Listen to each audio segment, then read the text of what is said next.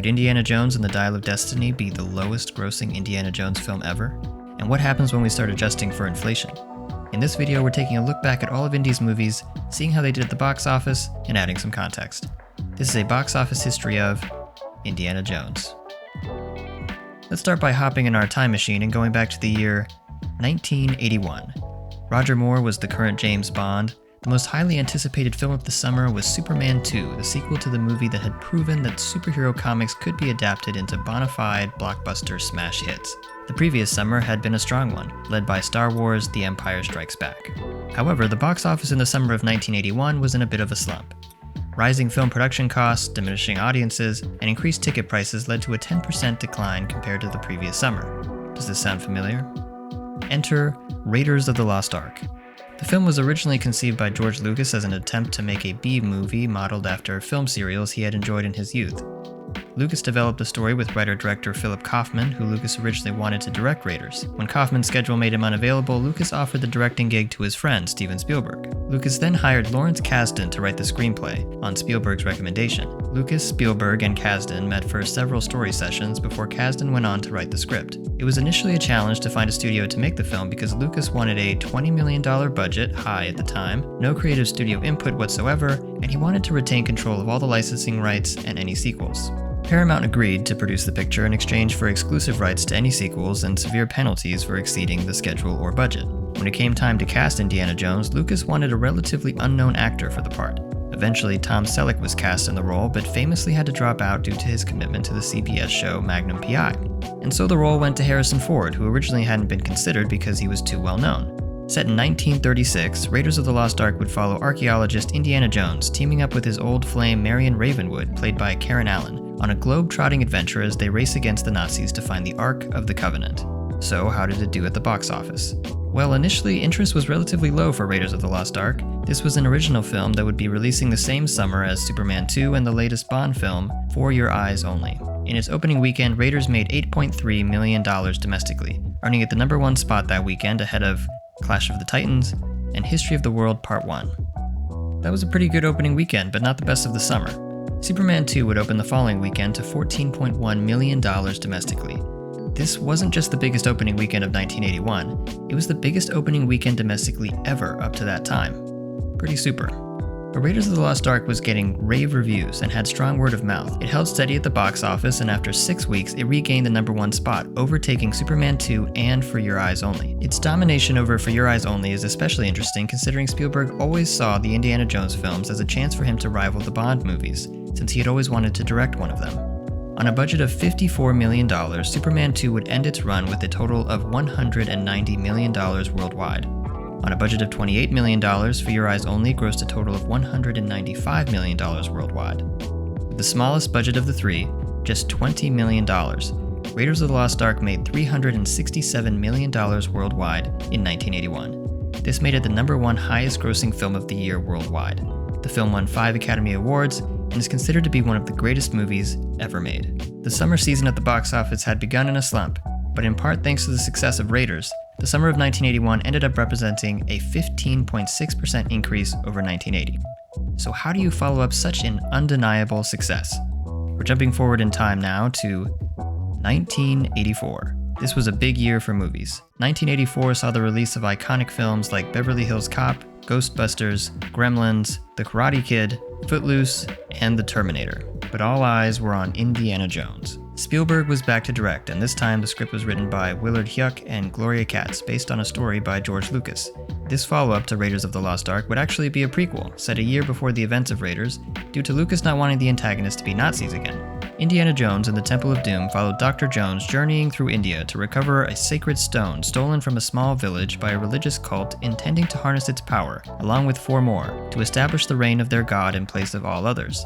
Along for the ride was Ke Huy Quan's Short Round and Kate Capshaw's controversial Willie Scott. The film featured darker themes and plot elements including black magic, human sacrifice, and child slavery. These more mature elements famously led to the creation of the PG-13 rating. Lucas and Spielberg attributed the film's darker tone to the fact that they were both going through breakups in their personal lives at the time. When Indiana Jones and the Temple of Doom was released in the summer of 1984, contemporary reviews were mixed, with many criticizing the film's darker elements. Kate Capshaw's performance as Willie Scott was also controversial and drew negative comparisons to Karen Allen's Marion Ravenwood. Despite this, Temple of Doom managed to gross a total of $333 million worldwide on a budget of $28 million. Not quite as good as Raiders, but still enough to once again take the crown as the highest grossing film of the year worldwide, beating out several other instant classics. Beverly Hills Cop would come in second place with a total gross of $316 million on a budget of $13 million. And Ghostbusters would take the third place spot with a worldwide gross of $295 million on a budget of between $30 and $40 million. Indiana Jones remained undefeated. Hopping back into our time machine, we are now headed to 1989. Unlike 1984, which saw the launch of several original films, 1989 was the year of sequels. Films like Back to the Future Part 2, Lethal Weapon 2, Ghostbusters 2, and the latest Bond film, A View to a Kill, dominated the box office. However, there was still room for non-sequels with the release of classics like Dead Poets Society, Honey, I Shrunk the Kids, When Harry Met Sally, Do the Right Thing, Field of Dreams, and of course... What are you? I'm Batman.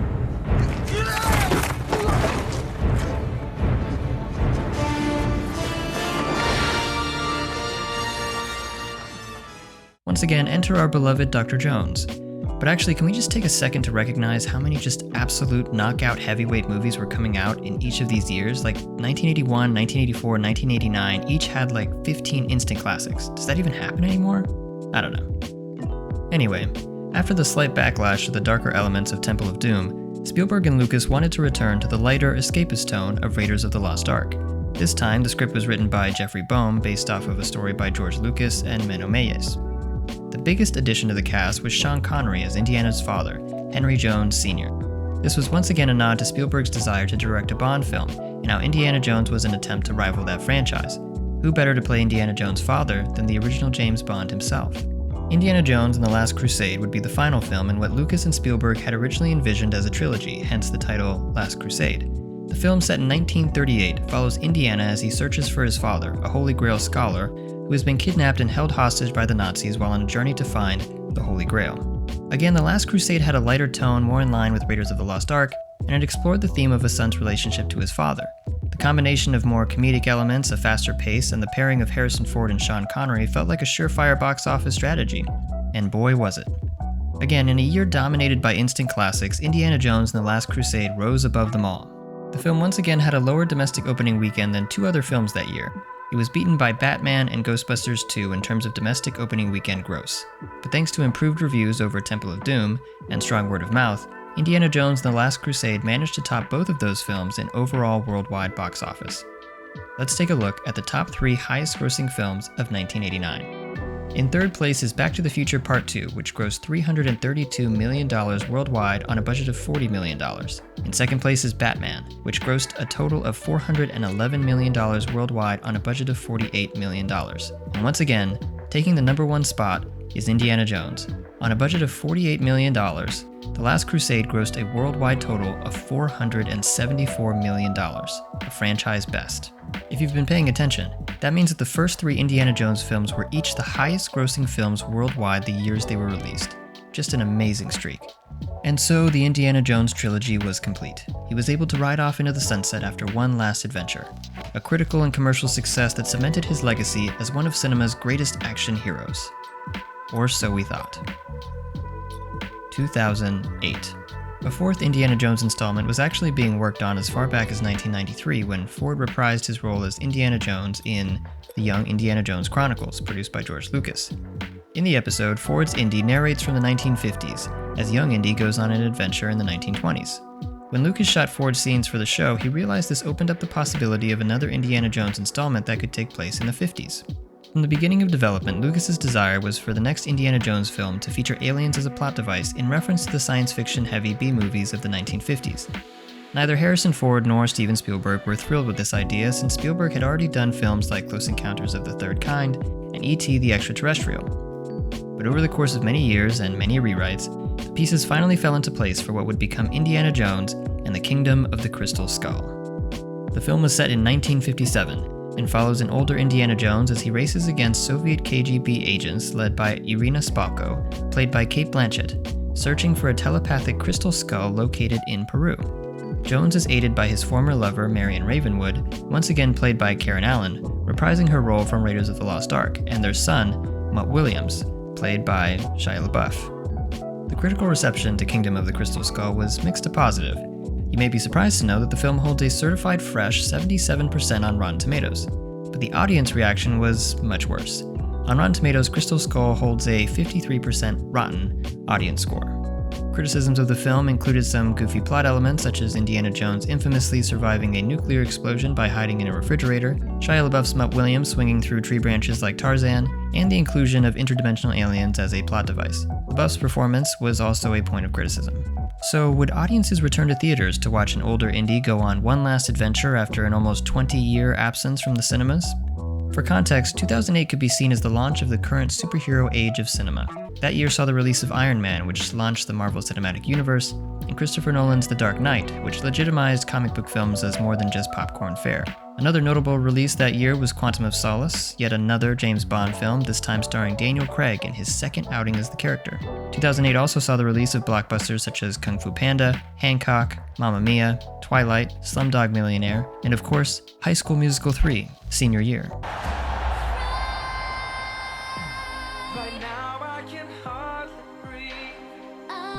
Amidst this stiff competition, one might think that an older franchise like Indiana Jones, that was refusing to pass off the torch to a younger generation like other similarly aged franchises had done, coupled with a mixed critical reception, would have trouble at the box office.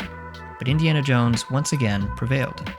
On a budget of $185 million, which was quite the increase from the previous installment's $48 million budget, Indiana Jones and the Kingdom of the Crystal Skull grossed $786 million worldwide. This was enough to make it the second highest grossing film of the year worldwide, behind only The Dark Knight's $1 billion worldwide total.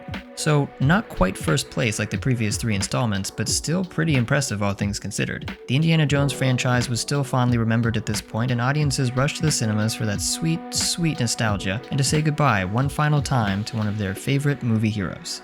Except, this second final adventure was, once again, not Indy's, last crusade. Let's take one final leap into our time machine for realsies this time, to 2023. Development of the fifth Indiana Jones film started almost immediately after Kingdom of the Crystal Skull was released. At first, George Lucas wanted Shia LaBeouf's Mutt Williams to take over the franchise, again similarly to how other franchises had passed the torch to a younger lead. But Lucas later decided against this.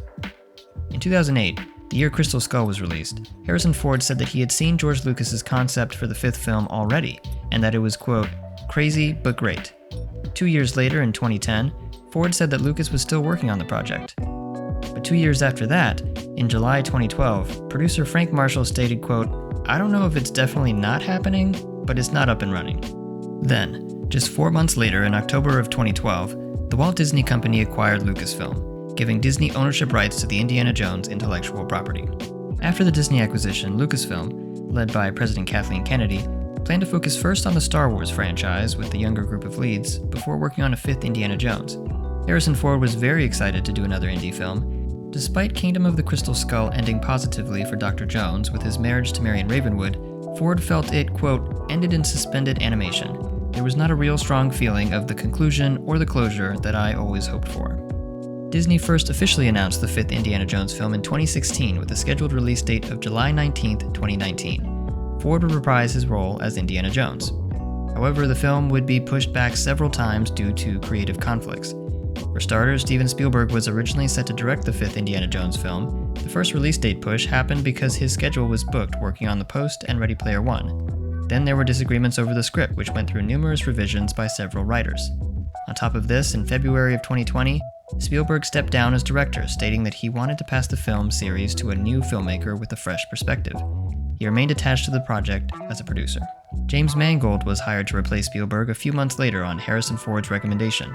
Mangold had previously worked with Ford on The Call of the Wild, which Mangold had produced. Mangold retooled the current draft of the fifth film with writers Jez and John Henry Butterworth. It was Mangold's idea to include time travel elements and include the use of the Antikythera mechanism as the film's MacGuffin. He consulted with Lucas and Spielberg throughout the writing process. Spielberg allegedly gave the following advice, quote, "It's a movie that's a trailer from beginning to end. Always be moving. So, after countless rewrites, a change in directors, and multiple delays, Indiana Jones and the Dial of Destiny released in theaters in the summer of 2023. This time set in 1969, Indiana Jones and the Dial of Destiny follows Dr. Jones and his estranged goddaughter Helena, played by Phoebe Waller-Bridge, as they try to locate a powerful artifact before Jürgen Voller, a Nazi-turned-NASA scientist played by Mads Mikkelsen, who plans to use it to alter the outcome of World War II. The critical reception for Dial of Destiny was actually worse than Kingdom of the Crystal Skull. The film currently holds a 69% approval rating on Rotten Tomatoes. Interestingly, the audience score for Dial of Destiny is much higher than Crystal Skulls, currently standing at an 88% audience approval rate. 2023 was a time of great upheaval at the box office. The fifth Indiana Jones film would be released after a string of underperforming would-be blockbusters such as Ant-Man and the Wasp: Quantumania, Shazam! Fury of the Gods, Dungeons & Dragons, Transformers: Rise of the Beasts, and The Flash. Would Indiana Jones be able to prevail one final time? The film is set to finish its run with a worldwide total of around $385 million, if not less. That's less than Kingdom of the Crystal Skull. It's less than The Last Crusade, a movie released in 1989. So what happened? Everyone has their theories, but for me, if you can't tell, a big reason for this film flopping at the box office was simply the fact that perhaps we had said farewell to Indy one too many times. This would be his third final adventure. The film also premiered at the Cannes Film Festival, where attending critics initially gave the film poor reviews. Its Rotten Tomatoes score debuted in the rotten 50% range. It would ultimately improve, but that initial poor reception hurt the film's momentum. A crowded, post-pandemic summer box office certainly didn't help Indy's chances. What's worse, Dial of Destiny is one of the most expensive films ever made, with a whopping $295 million budget. Factoring in marketing costs, Disney is probably losing hundreds of millions of dollars on this one. Again, audiences that saw it seem to feel that this was a fitting send-off for the character, but its poor box office performance is a disappointing ending to what Disney has confirmed will be the actual final film in the franchise. Something interesting happens once we adjust all 5 Indiana Jones films for inflation, though. Let's start with the OG, 1981's Raiders of the Lost Ark. Adjusting for inflation, Raiders' $20 million budget would be around $67 million today, and its $367 million worldwide gross would be around $1.2 billion today. Now let's slide over to 1984's Temple of Doom. Adjusted for inflation, its $28 million budget would be around $82 million today, and its $333 million worldwide gross would be around $978 million today.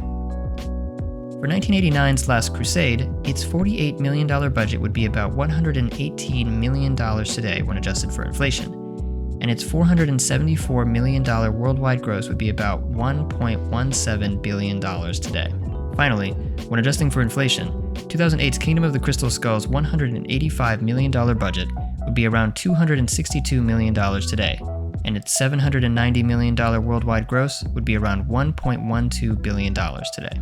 So, even adjusting for inflation, Dial of Destiny has the most expensive budget and, unfortunately, the lowest gross of any Indiana Jones film ever. Some quick takeaways. The first film, Raiders of the Lost Ark, remains the highest grossing in the franchise when adjusted for inflation. The first 4 installments made around $1 billion each, which is impressively consistent. Indiana Jones is often mentioned in the same conversations as Jurassic Park, Star Wars, and James Bond in terms of iconic film franchises. But there are a few things that make Indiana Jones unique. For starters, let's look at film quantity. Jurassic Park has had 6 films released in 30 years. Star Wars has had 11 live-action films in 46 years, and James Bond has had 25 films in 61 years. In the 42 years since Raiders of the Lost Ark released in cinemas, Indiana Jones has appeared in just 5 films. And Jurassic Park, Star Wars, and James Bond have all swapped out old leads for new, younger leads as time has gone on, while Harrison Ford has remained as Indiana Jones throughout it all. This strategy of Ford remaining as Indy is a unique one, and was paying off until it didn't. Something else I found interesting is that Indy was often battling against the same adversaries at the box office. Indy faced off against James Bond 3 times and topped Bond's worldwide box office each time. Indy was also facing superhero competition from day one, opening a week before Superman 2 in 1981. And he battled Batman twice, first in 1989 against Tim Burton's Batman, a battle he won, and then again in 2008 against Christopher Nolan's The Dark Knight, which was the only film that managed to beat Indy that year. So anyway, I hope you guys enjoyed this box office history lesson on Indiana Jones. Do you agree with why Dial of Destiny disappointed at the box office? Which character or franchise should I do next? Let me know in the comments, and if you liked the video, please consider subscribing. Now, back to watching movies.